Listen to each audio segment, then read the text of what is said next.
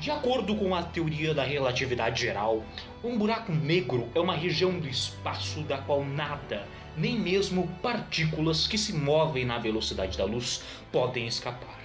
Este é o resultado da deformação do espaço-tempo causada após o colapso gravitacional de uma estrela, com uma matéria astronomicamente maciça e ao mesmo tempo infinitamente compacta, que logo depois desaparecerá, dando lugar ao que a física chama de singularidade, o coração de um buraco negro, onde o tempo para e o espaço deixa de existir.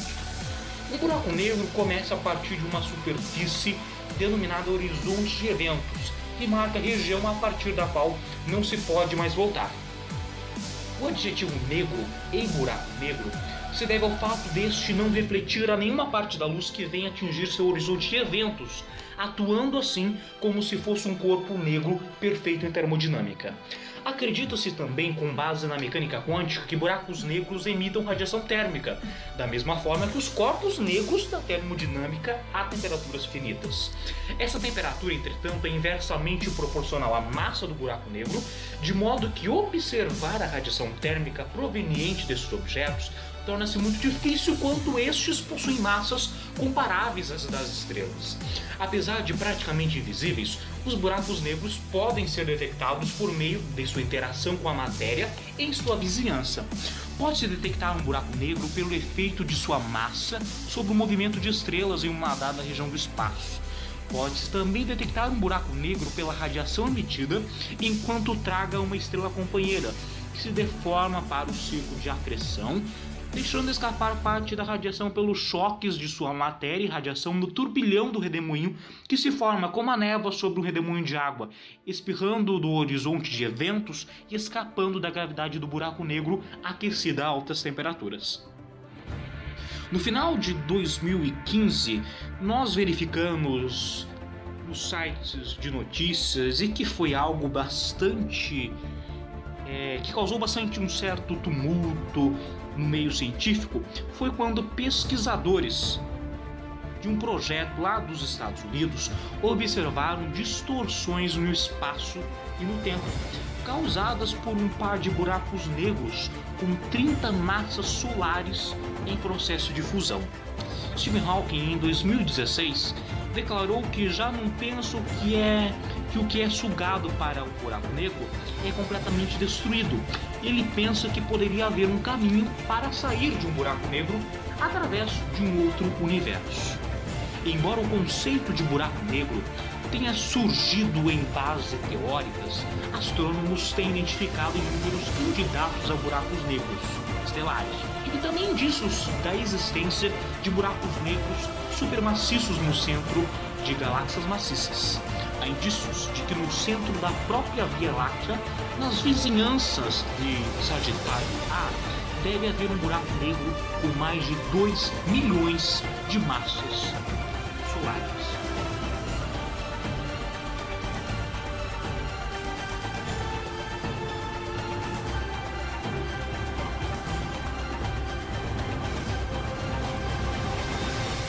Em 1915, Albert Einstein desenvolveu a teoria da relatividade geral, tendo sempre apresentado que a gravidade pode influenciar no movimento da luz.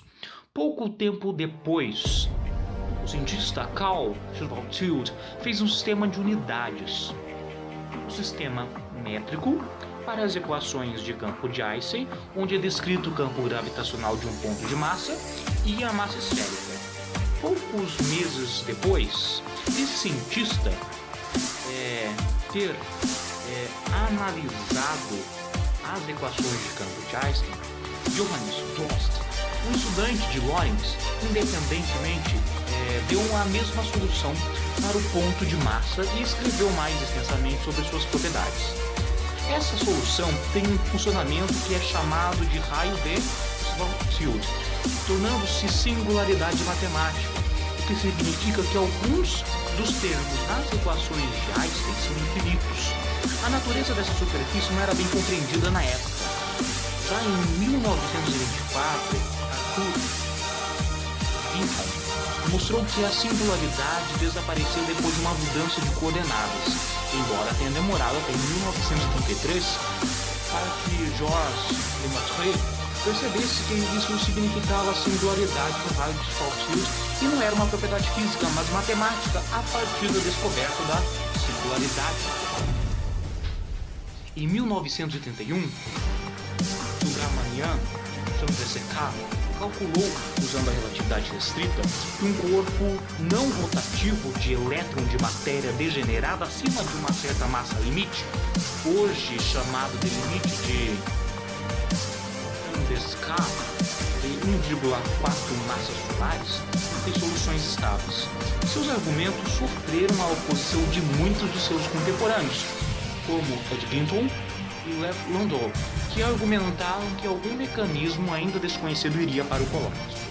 Eles estavam parcialmente corretos. Uma anã branca com massa ligeiramente superior ao limite de Chandrasekhar entrará em colapso em uma estrela de nêutrons, que é ela própria estável por causa do princípio de explosão de Pauli. Mas em 1979, Albert Oppenheimer e outros previram que estrelas de nêutrons acima de aproximadamente 3 massas solares, o limite de Thoma-Oppenheimer-Volkoff, entrariam em colapso em buracos negros pelas razões apresentadas por Chandrasekhar, concluindo que nenhuma lei da física era suscetível de intervir e parar pelo menos algumas estrelas do colapso para buracos negros.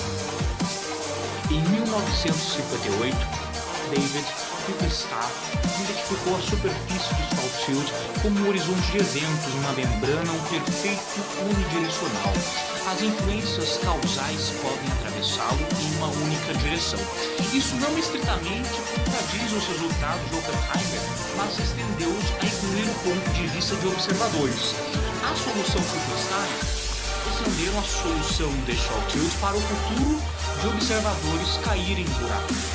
A extensão completa já haviam sido encontradas por Marty Ruskell, que foi publicador dessa descoberta. Um buraco negro ele forma-se quando uma estrela supermaciça fica sem combustível, o que faz seu núcleo diminuir até ficar reduzido a uma fração de seu tamanho original. Quando isso acontece, a gravidade produzida por ela sai do controle e começa a sugar tudo que encontra.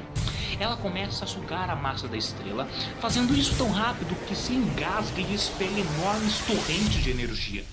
Ela é tão forte que fura a estrela e lança mais jatos de energia. A gravidade não suporta essa energia e a estrela, nem sempre, mas muitas vezes explode. Essa explosão é chamada de supernova.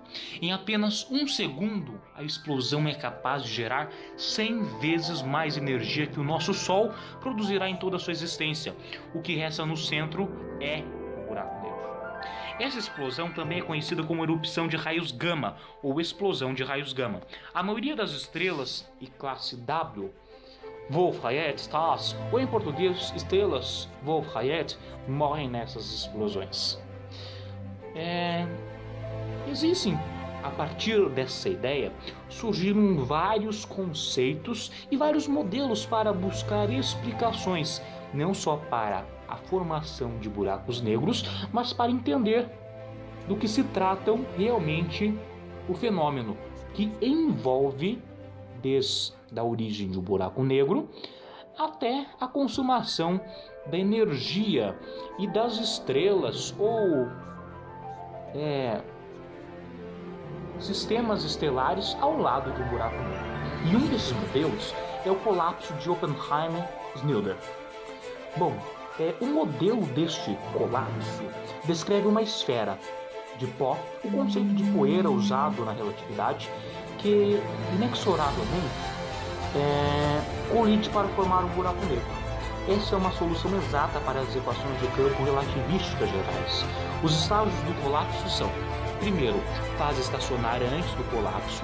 A estrela poderia estar imersa em uma esfera de fluido de simetria esférica perfeita. No caso, analisando o tensor de momento. Também tem o segundo estágio, que é o fim da queima nuclear, reações de fusão nuclear, o começo do colapso. A pressão se quebra, ou seja, a pressão é igual a zero. E também a terceira fase, que é a fase de colapso. Desde que não haja pressão, a esfera começa a encolher. Para a poeira, espera-se a contração e posterior colapso, resultando em um buraco negro. Obviamente, poeira não reflete a complexidade química do material das estrelas que formam o buraco negro. Os primeiros estudos sobre colapsos esféricos começou nos anos 60. Esses estudos mostraram que as perturbações em torno da simetria esférica não previnem a formação de um buraco negro, e que quando atingido o estado estacionário, existe uma simetria esférica exata do horizonte. O problema para grandes desvios da simetria esférica foi respondido de maneira completamente diferente por Werner Israel em 1967. Sem aparelhos muito modernos, conseguiu estabelecer um teorema. Um buraco negro estático e no vácuo, com um horizonte de evento regular, deve ser a solução de Schwarzschild. Esta foi uma base sólida para a elaboração de muitos teoremas posteriores, que culminaram no teorema da calvície. Buracos negros podem ser caracterizados apenas pela massa, momento angular e carga elétrica. Carl Schwarzschild, no ano de 1916, encontrou a solução para a teoria da relatividade que representa o buraco negro como tendo uma forma esférica. Ele demonstrou que se a massa de uma estrela estiver concentrada em uma região suficientemente pequena, ela gerará um campo gravitacional tão grande na superfície da estrela que nem mesmo a luz conseguirá escapar dele. Esse é o chamado buraco negro. Einstein e muitos físicos não acreditavam que tal fenômeno pudesse acontecer no universo real. Porém, provou-se que esse fenômeno de fato acontece. Bom, se conseguíssemos observar uma queda real de um objeto num buraco negro, de acordo com as simulações virtuais, veríamos este mover-se cada vez mais devagar à medida que se aproximasse do núcleo maciço. Segundo Einstein, há um desvio para o vermelho e este também é dependente da intensidade gravitacional. Isso se dá porque, sob o ponto de vista corpuscular, a luz é um pacote quântico com massa e ocupa lugar no espaço, portanto tem obrigatoriamente uma determinada velocidade de escape. Ao mesmo tempo, este pacote é onda de natureza eletromagnética e esta se propaga no espaço livre. É sabido que, longe de campo gravitacional intenso, a frequência emitida tende para o extremo superior, no caso da luz visível para o violeta.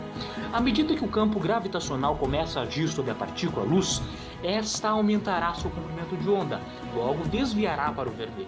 Devido à dualidade matéria-energia, não é possível analisar a partícula como matéria e energia ao mesmo tempo, ou se a enxerga sob ponto de vista vibratório ou corpuscular.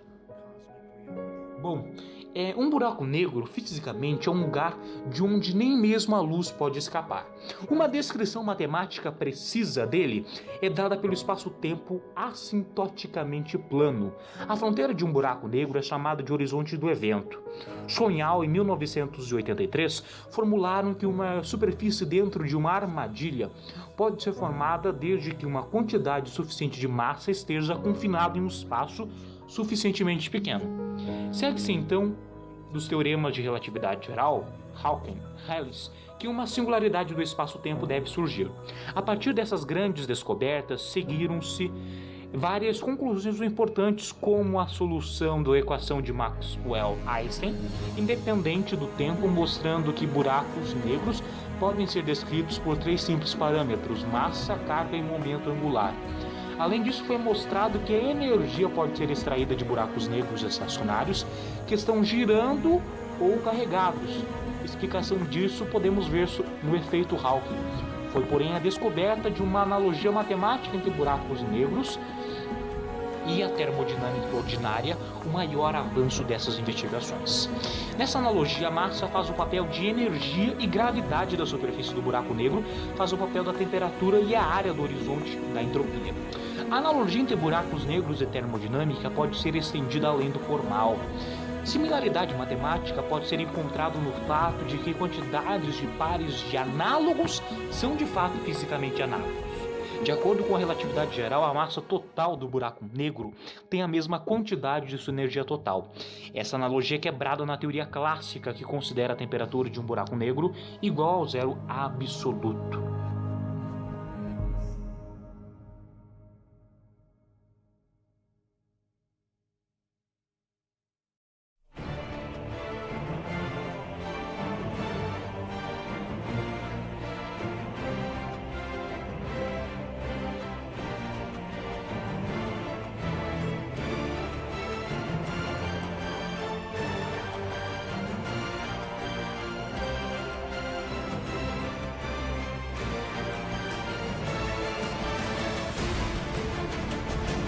uma região do espaço onde o campo gravitacional é tão forte que nada sai dessa região, nem a luz. Daí vermos negro naquela região. Matéria, massa, que produz campo gravitacional à sua volta. Um campo gravitacional forte o suficiente para impedir que a luz escape pode ser produzido teoricamente por grandes quantidades de matéria ou matéria em altíssimas densidades.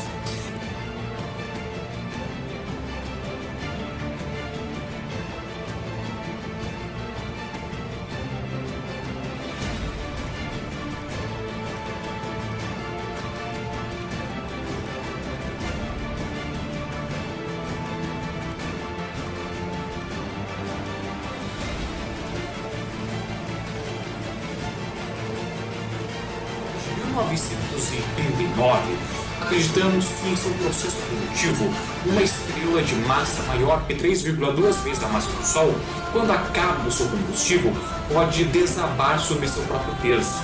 Essa estrela pode se contrair tanto que dê origem a um campo gravitacional forte, o suficiente para impedir que a luz escape de suas proximidades, um buraco negro. Se um buraco negro desses estiver envolto por uma nuvem de gás e poeira, ou se tiver uma estrela por companheira, pode ser que tenhamos matéria dessa nuvem ou dessa estrela caindo no buraco negro e então irradiando, principalmente na frequência de raio-x. Bom, um número considerável de estrelas da nossa galáxia forma sistemas dourados. É possível então que tenhamos vários buracos negros cabíveis de serem detectados através dessa radiação. Signos X1 é uma fonte de raio-x, companheiro de uma estrela de massa aproximadamente 30 vezes a do Sol, HD 226868, e é um dos mais fortes candidatos a buraco negro conhecido.